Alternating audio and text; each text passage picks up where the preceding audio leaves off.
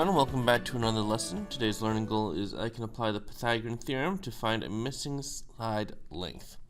And we're going to be talking about it in the context of word problems. So let's go ahead and get started. The Pythagorean theorem can be applied to many real-world situations. Use and apply the knowledge of the Pythagorean theorem to solve each of the problems below. Bethany has a circular tabletop that she needs to carry inside her house. Her rectangular front door has a width of 13 inches and a height of 80 inches.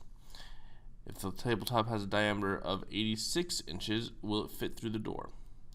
So essentially, we need to figure out if this tabletop can fit through a door diagonally.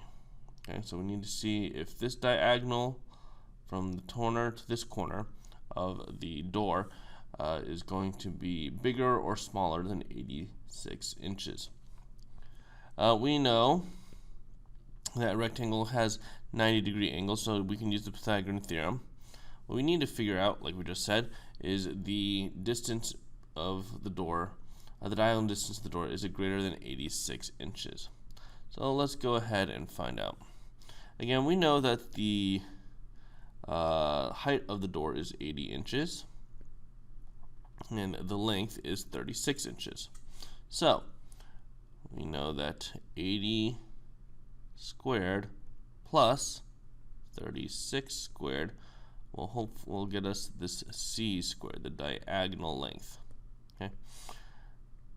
So we're going to have to do 80 squared, which is 6,400, plus 36 squared, which is 1,296 equals c squared. Add those two together, and we get 7696 equals c squared. Square root both sides, and we find that the c is 87.7. So 87.7 inches, so therefore it will fit.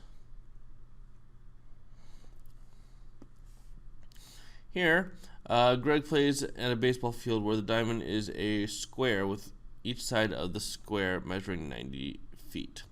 Okay. So here this is 90 feet, all of these are 90 feet.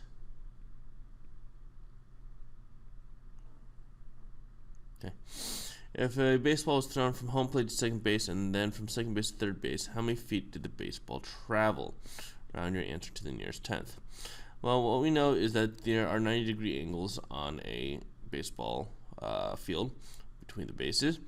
So we can use the Pythagorean theorem to find the diagonal distance from home to second base. Okay? So we need to know the diagonal distance from home to second base. Okay? And we already know that from second base to third base is 90 feet. So we know that we need to find this right here, this length right here, and we'll call that c. So we have 90 squared plus 90 squared should get us c squared. 90 squared is 8,100 plus 8,100 equals c squared. 8,100 plus 8,100 gets us 16,200 equals c squared. I'll write that a little bit better. Equals c squared. Square root both sides, and we get 127.3 feet. And then because we're going from here to here, from home to second, and then second to third, which is an additional 90, we're going to add 90 to that, and we find that the total is, if it'll let me,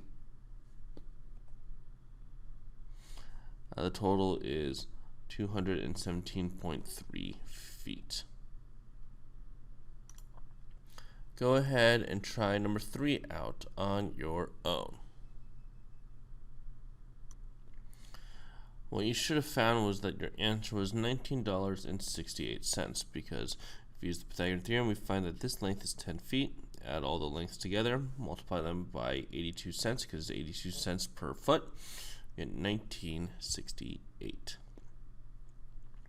In the isosceles triangle below, the congruent sides measure 13 meters. That means that this is 13 meters and this is 13 meters. If the base of the triangle is 10 meters, find x, the height of the triangle. So if this is 10, this entire distance is 10, what is the height of the triangle?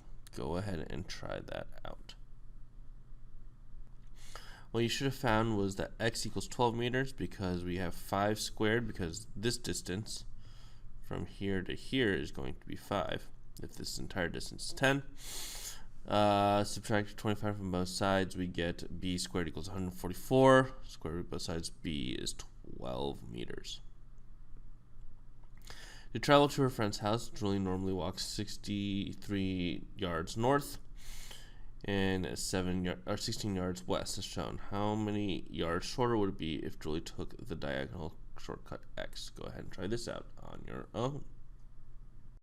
What you should have found was that the answer is 14 yards because x is 65 yards, so therefore 63 plus 16 minus 65 gets you 14 yards.